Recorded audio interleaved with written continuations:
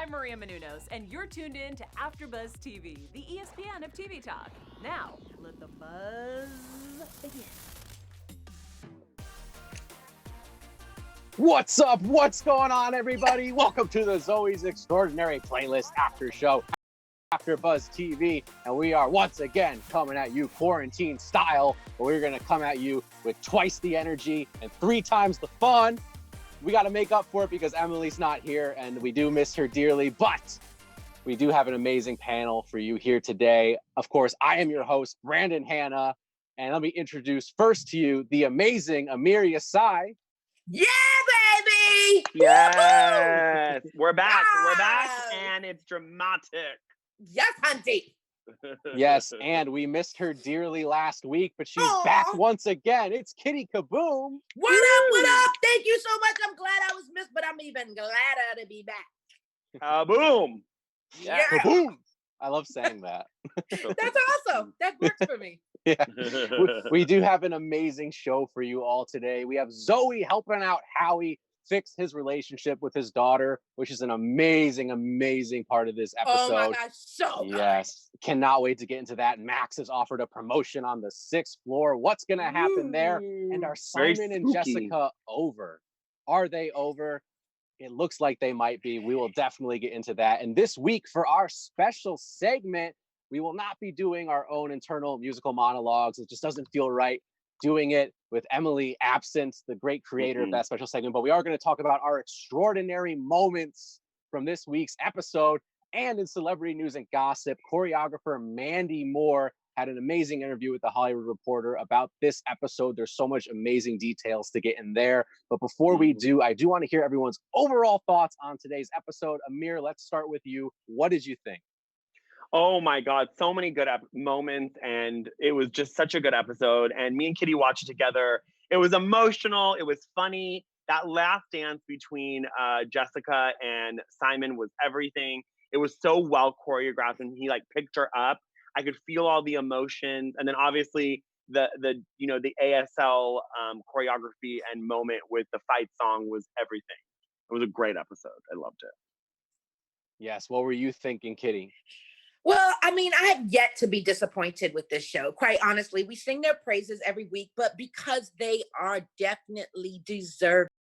Every week they manage to pull my heartstrings and just, it's almost like, oh, okay, I have to watch TV after. And then I watch it. I'm like, what am I complaining about? Freaking love this. I hate that I even thought that to begin with. It's well written. I mean, I feel redundant, but it just stays at the top of my mind with these key elements continuously being given to us in such a way that makes for entertainment, but also just like thought-provoking. It always leaves me wondering a little bit or scratching my head. And that to me is good TV. More than entertaining, like sending a message or creating like a solvent to a problem, and all that happens on the show. So needless to say, I loved it. Yeah, I have to agree with the both of you. This episode was really an episode that reminded me of why I love this show. It had all the amazing moments that we're used to getting with the drama, but also the comedy. We even get Tobin coming in at just the right moment to interject a little bit of levity, like he's been doing a lot lately ever since his episode with Leaf. And I'm just loving his character so far. And yeah, everything with Howie's daughter and that whole fight song choreography, everything. Let's just get into that immediately because that was really the heartbeat, the pulse on this episode. I felt getting able to learn more about Howie and everything. And I mean, do you just want to start off just talk about that dance number, because that was incredible with the sign language and everything? Yeah. I thought Kittie, we were going to use that as like, I'm sorry. I just thought that was going to be like the finale. So I was kind of gearing up to it. But if we're going to start with that, then let the fireworks begin, baby. It was amazeballs. But I mean, here's the thing. I almost want to meet, well, I do. I want to meet the writers more than I actually want to meet the cast. Is that bad to say? No, it's not, because the show is so well written that I So feel like they're the real celebrity. written. They Yeah, are. The agreed. fact that they clearly mesh so well, the fact that they hit the moments, like they always hit the mark. I promise you. The fact that me and Amir watching this together, well, Amir said it, but it was so funny because it was so perfunctory. He's like, oh my gosh, she's such a cute little white girl. And I was like, yes, she is. That's exactly, she's like the epitome of like a little white girl. And then what happens? Homeboy, they're having their dance moment or workout moment, and she's like, "Ever heard of white privilege?" I'm like, "Oh my god, that's exactly what we just said." They don't shy away from anything. They don't. They make it okay to talk about it. It doesn't become like this taboo weird thing. No, it's seamless in the writing. Everybody seems to be on the same page with how to interject. I love them, and this is no exception. They hit it right on the head. They dove right into it. They hit all the stereotypes that needed to be debunked. The dance itself was beautiful and just, it was tear worthy. It definitely was. It was so many layers that they constantly pull back in order to get like the essence of this thing. And it's it could be so campy, and it never is. Like that's good work. That's hard to do. Finding that line, said. you know? Yeah, it's I think Kittie said such a good point, is these writers understand that line. They know how to talk about stereotypes and white privilege without offending anyone. I think it's like finding a way to do it in a non-offensive way is what makes the show so good. And even what Kapil had told us when we interviewed him, that he was able to say, listen, this is the immigrant experience, let's take it another layer. And they're willing to listen and they're open to that. And, people in the chat are kind of loving everything. So let me just give some shout outs.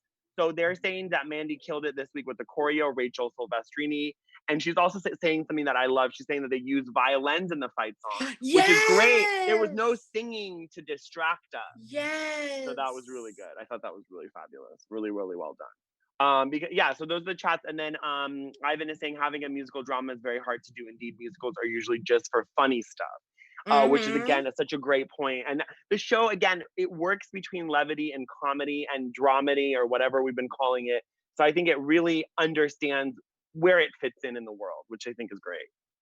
Yeah, that's very well said by both of you. I also immediately, Amir, I go back to our interview with Kapil and what he said about how this show handles diversity and how it handles real life problems, and it doesn't shy away from certain topics, and it handles everything so well. And when you think it can't get better, it does. And it always finds a way to represent someone new in a really positive way. And I just absolutely loved that dance number, and to have it be completely done in sign language with violins and no vocals. I didn't know what to expect at first, but as I was watching it, I was thinking to myself, this is exactly how this should be handled. This is absolutely beautiful. This is probably the most emotional I've been watching this show in a while. Definitely. Yeah. So good. I absolutely adored it. It's probably one of my favorite moments on the show so far. I would pay money, real talk, money. Not like I got a lot, but whatever. I would pay a coin to be a fly on the wall in that writer's room. Like, for just somebody to jump out there and be like, well, what about this? And then the other person to go, oh, we can do it this way, and let's put this underneath, and then let's add this. Like, I have no idea how they make this work every week and make it okay. And not just PC, but okay.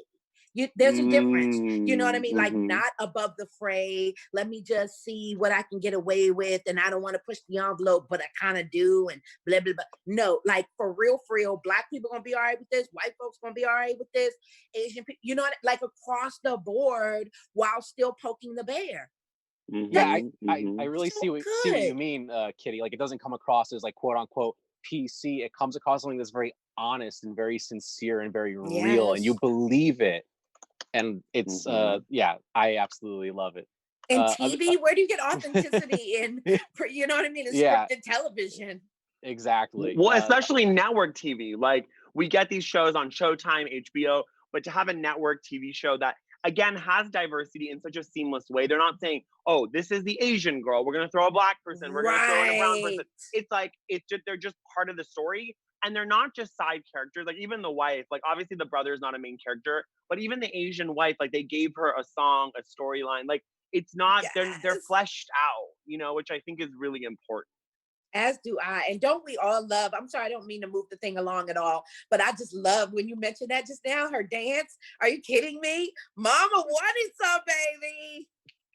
Yes, she She was putting that did. booty in the air. I love that scene. Like to the point where it actually had Zoey blushing and covering her eyes. How cute was that? So good. So good. So good. Yeah, it was really great. I love getting a little more of their relationship in the show, especially with the whole pregnancy going on, and how that, again, that's another way of bringing another real life element into the show that people can relate to. So they do an amazing job with that, and I do want to get into something that maybe we could speculate a little more on with Max. But before we do that, I just want to thank everybody watching at home for making us the ESPN of TV talk.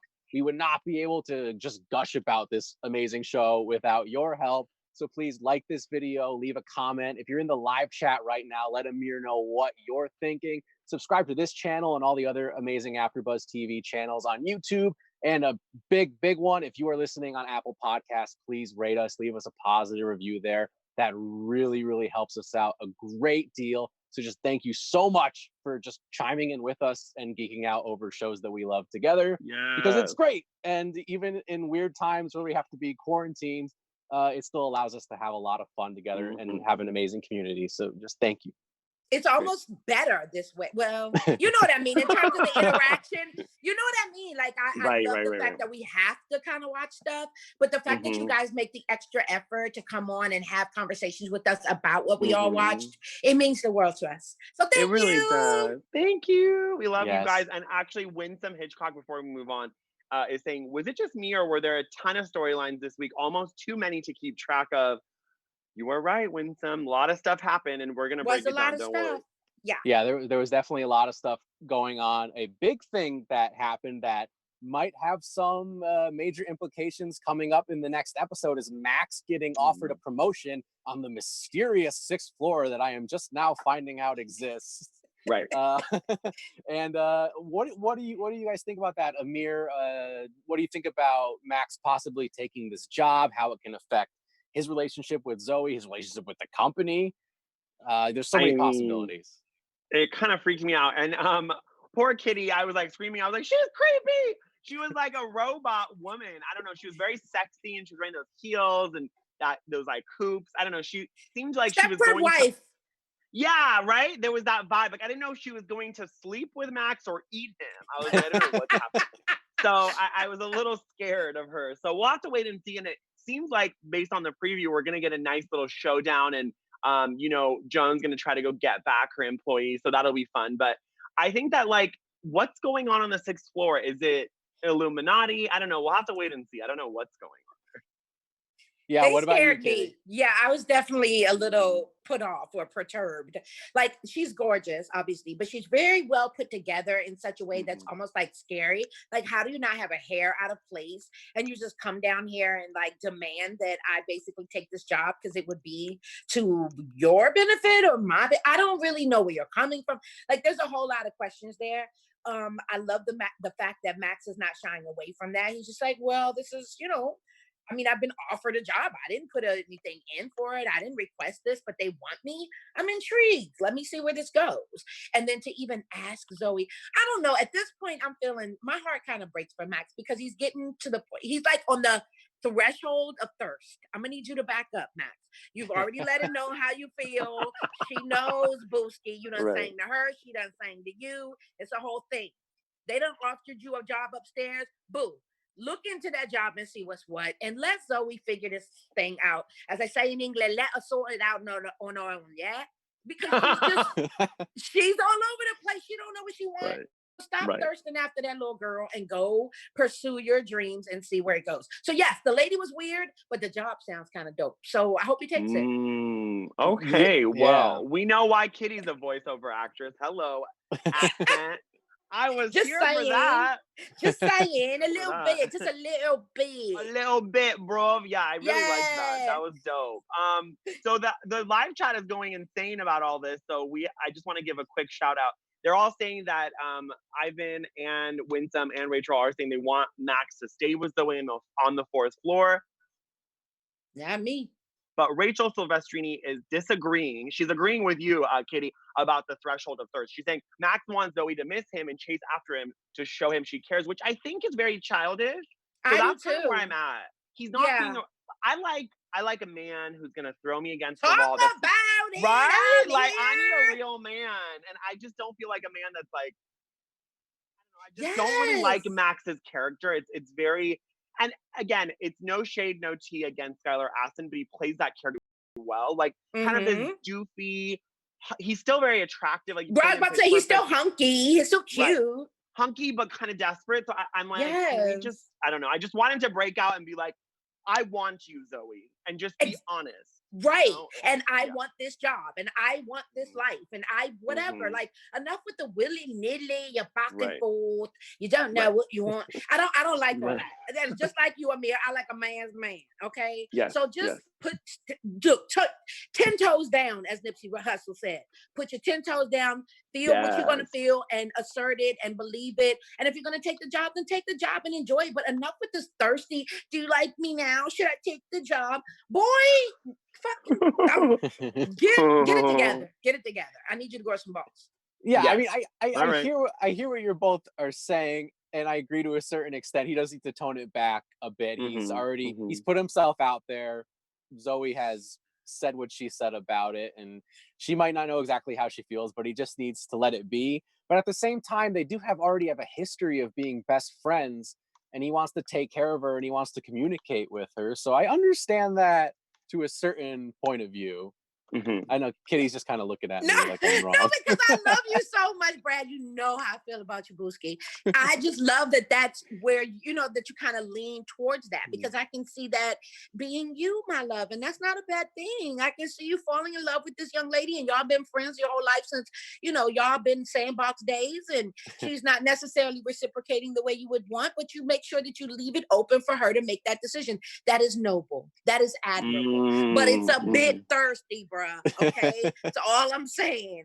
Thirsty is not a good thing for men. It's just not like, well, chase me and come up to the 6th floor and find me out. And what do you think? I love Max. I think he's dope. The character really comes through, and the relationship that they've had all these years is pretty impeccable.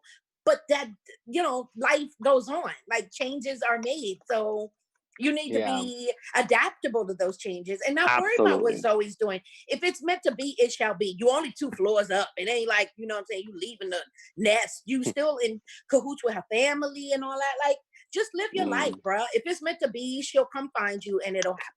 You know? Yeah, well, hopefully Max moving to the 6th floor will mean that he is taking that step and finally separating himself from Zoey and giving them the space that they need. I'm really curious about this 6th floor. It's very mysterious and ominous to me. This whole time, I know that Joan's not the CEO. Obviously, we've had the real CEO come onto the show, but I always thought she was kind of the main boss, like the lead engineer of SPRQ Point. And I guess that's not the case. We have different floors that might be competing with one another. I think that's a really interesting dynamic that we're going to see introduced into the show. And it wasn't one that I was expecting, but I mean, I'm here for it, especially just, I don't necessarily want to get into the preview so much that we got a little glimpse of at the end of the episode, but things are going to look interesting for sure. Can I just say real quick, shout out to all the ladies that are holding it down in this show too. Once again, the writers and the casting making that happen, not just on the 4th floor, but on the 6th floor too. Wait a minute. We coming through, baby. I'm just saying, it's a beautiful thing not to just see men at the helm of everything, you know? Well, and especially a tech company, to have 2 female CEOs in a tech company and Zoey's in charge, like, I think, and then showing the girls code, that whole, you know, about Adelaide Lovelace, like they do their research, which I really appreciate. As someone that has a lot of random facts, I actually knew about Adelaide Lovelace, but it's great that like they're able to discuss this stuff and talk about it. I think it's fabulous. As do I. I really do. And people are going off in the chat. We've even have our very own Ryan Nielsen joining the chat, our very own producer. He is, he has his own little takes, and he is saying you know, it's a lot. It's great. So he's engaging with people and doing my job for me. So it's great. We love you, Ryan. Thank you, Ryan. Well, while Ryan's keeping everyone else busy, let's move on to the 3rd topic for today. And it's all about Simon and Jessica and Zoey and this whole love triangle that finally appears to be over. Are Simon and Jessica over? I'm not really too clear on that. Maybe you guys have some sort of more definite opinion on what's going on there. But Zoey, first of all, we have Simon and Mo getting together and Mo confronting Simon about the way he's been treating Zoey.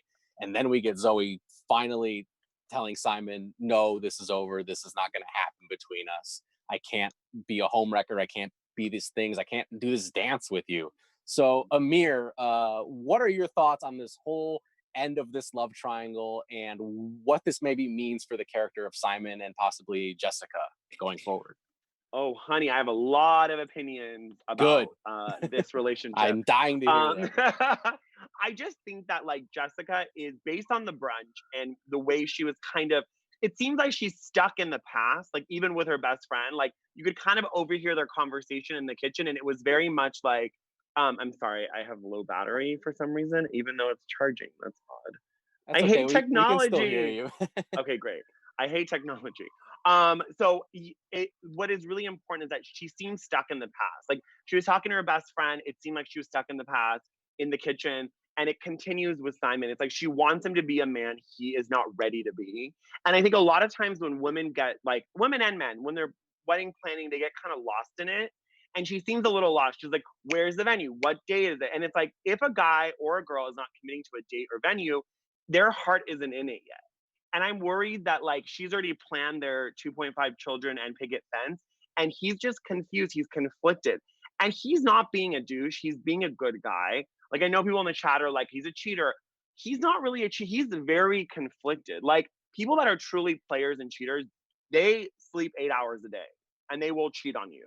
So I don't think he's that. I think he is just really confused and trying to figure out. And it's more grief stricken than anything else. So I think that like when it comes to him and Jessica, he needs a break from everyone. Like he is still not mourning the loss of his dad in such a tragic way. And he's stringing along Jessica because she's like a safety blanket. And even the way they were dancing, like he was kind of pushing her away and then he was grabbing her. Then they were behind, there was a wall between them. Like that's all very strategic choreography by Mandy Moore. And it's very smart. And it really shows their relationship. So I think the dance was beautiful. I don't think they're going to stay together because I was waiting for the elevator to close. And there was a moment, Brandon, when I was like, if they hold hands, like I thought that too. I thought that too. Oh, that's great. That's great. That's great. Yeah. So that's it. Like that's my whole spiel. So let's hear what Kittie has to say.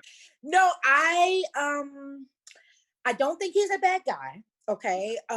He is technically a cheater, regardless, because he still kissed that girl in her mouth. And he's engaged to someone else. So swapping spit is considered cheating, as far as I know. So I do, but I get it. I mean, I totally understand. He is grief stricken. He's very conflicted. He's not sure what to do. Here's the thing that bothers me. And well, we don't know this, but my assumption would be that he proposed to her. No? So with that being said, I'm not sure, but my assumption would be just based on what societal mores. So I say that to say, if you pop the question and ask to be my forever, and then you meet someone and become conflicted, how is that my fault that I'm asking you to please commit to things that you prompted? Like, I'm not mad at Jessica for saying, still no date, still no venue. I'm not so caught up in my wedding that I don't see what's going on. I've already confronted the woman that it appears you have some type of feelings about. You still haven't come clean 110%. I still don't know what the hell is going on there, but you go to work every day. You work with this woman. I don't grill you when you come home. I don't press you out. I'm asking you for the thing that you asked of me. That's all I'm asking, is that you follow through with what you asked of me, a lifelong commitment. So when is this happening and where are we going to make it happen? Because this thing with homegirl is done, right? Like, is that actually a thing? No? You're sure? Okay, well then what's the problem? Do you know what I mean? It's up to him. Granted, he's not like a horrible cheater. but it would behoove him to sit down with the woman that he plans to spend the rest of his life with, or at least the woman he says he wants to spend the rest of his life, and have a conversation, a grown-up conversation that includes some hard truths that they just might not want to talk about, but have to in order to move forward. I still care about this woman. I don't know what's going on. I don't know why I feel this way. Maybe we should go to a therapist. Maybe we should hold off on the wedding. But say something, brother. Say something. You know? Mm-hmm. Yeah, to me, it definitely looks like the two of them are done. I think you said it right, Kittie, that Simon, he's got his own grief to deal with. He's got his own issues to deal with. He needs time away from both Zoey and Jessica. And that was a great point, Amir, about the elevator. I was paying attention to that too. And it looked like Simon was going in to hold her hand, and then she pulled away. Yeah. So to me, that was, and the song that they sang too seemed to me very definitive that they were done. They love each other, they respect each other, but their time together is probably over. Yeah. It seemed a little rough. That elevator seemed very cold, honey. So we'll have to wait and see. Does anybody in the chat have any different opinions, Amir? No, they quite agree with us. So Ivan Soto is saying cheating is cheating. Amir coming for me. Okay, Ivan, I agree. I never said that it wasn't cheating. I think sometimes consult with Jessica as to what her definition of cheating is. And based on her reaction to everything, it is cheating. Do you know what I mean? Like there could be someone else that's like, I mean, I don't think anyone's going to be cool with their boyfriend emotionally cheating, but someone could be like, well, it's just a kiss. You didn't sleep with her or something. Right. People have different definitions of cheating. It's important to make that clear. And again, so it has to be, you can't have so many parameters of what's going to happen. And then Rachel Silvestrini is saying the subtitles under Mandy's choreo are so gorgeous and layered. You really have to watch the numbers closely. Yes. Rachel is very much right. And I love when people agree with me, Rachel, so I love her so much.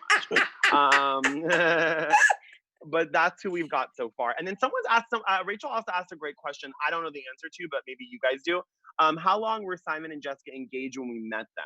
Was it a year? Something like that? I don't know. Not quite sure. Yeah, I can't seem to remember if they've mentioned it or not exactly. Right. Well, his dad passed away, unfortunately, like 6 months ago, and she was there for it. So they've definitely been engaged at least 6 months, if not more. Okay. All right. Yeah, That's definitely. Answer, yeah, the choreography was absolutely stunning. incredible.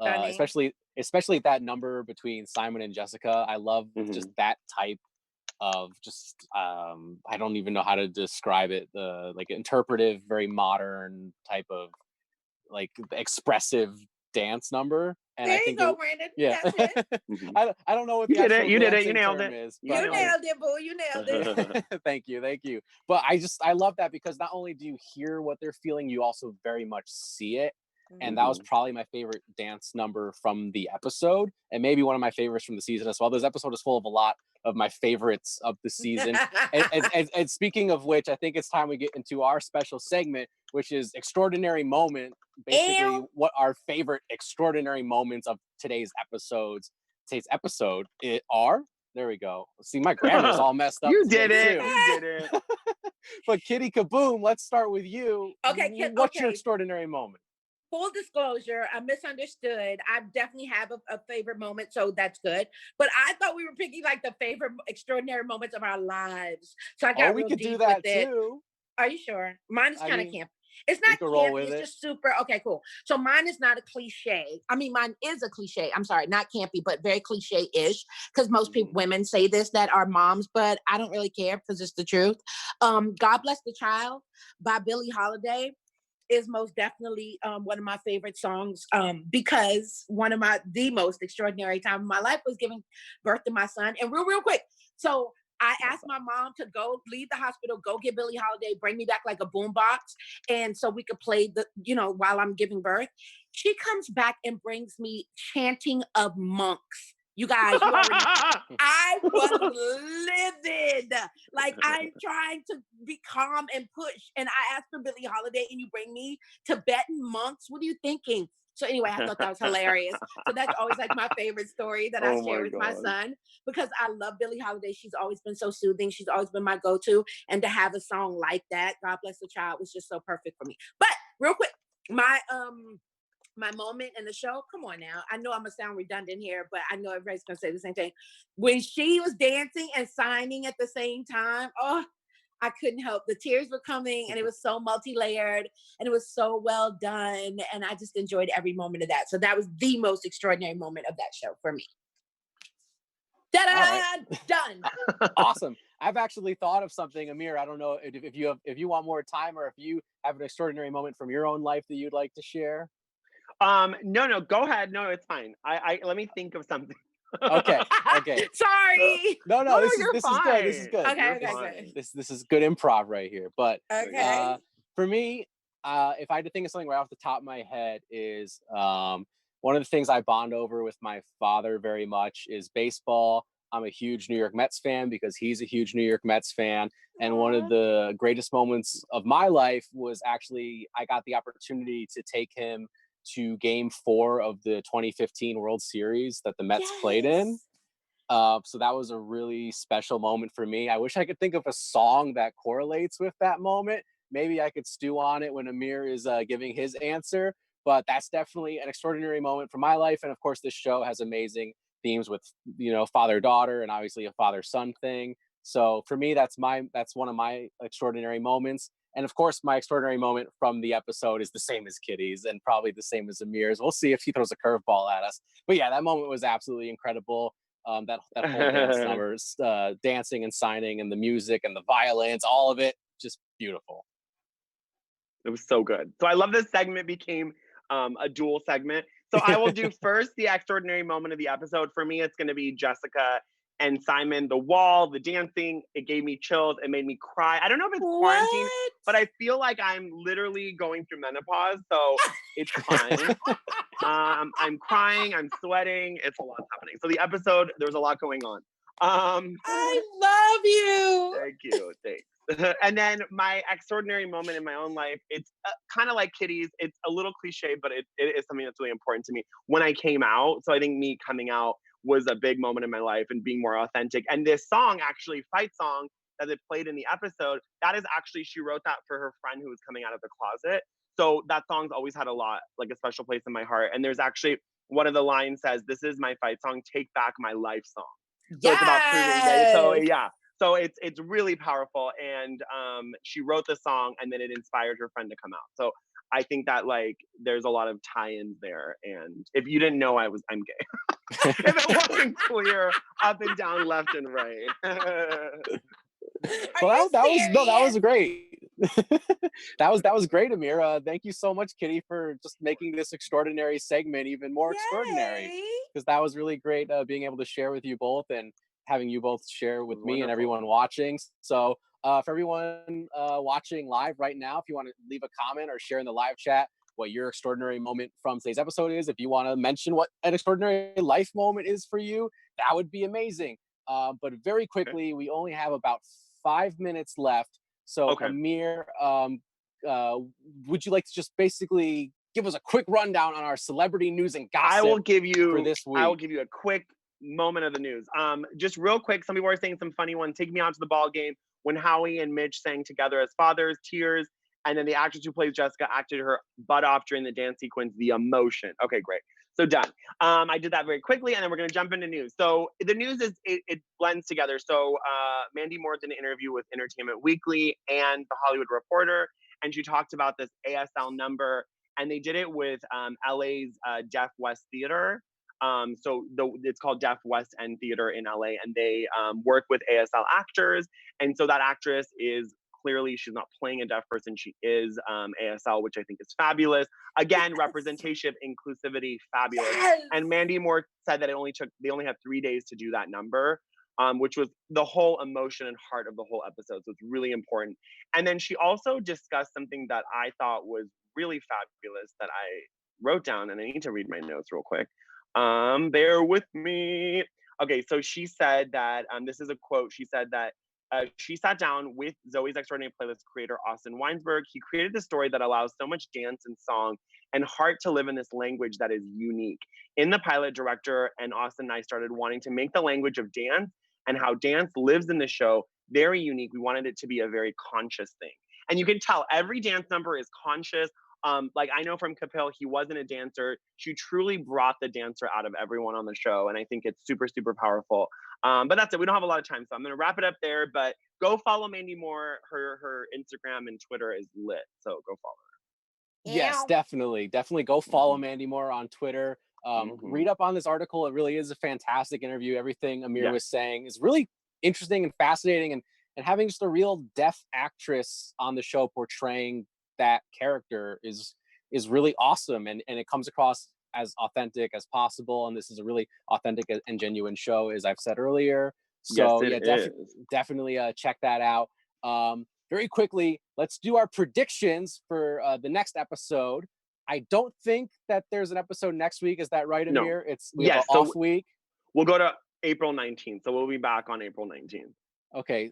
Awesome. I mean, it's going to suck having a week off, but we got to do what we got to do. Yes. I was thinking maybe we do something different. Maybe like a 1 word or a 1 sentence prediction for the next episode.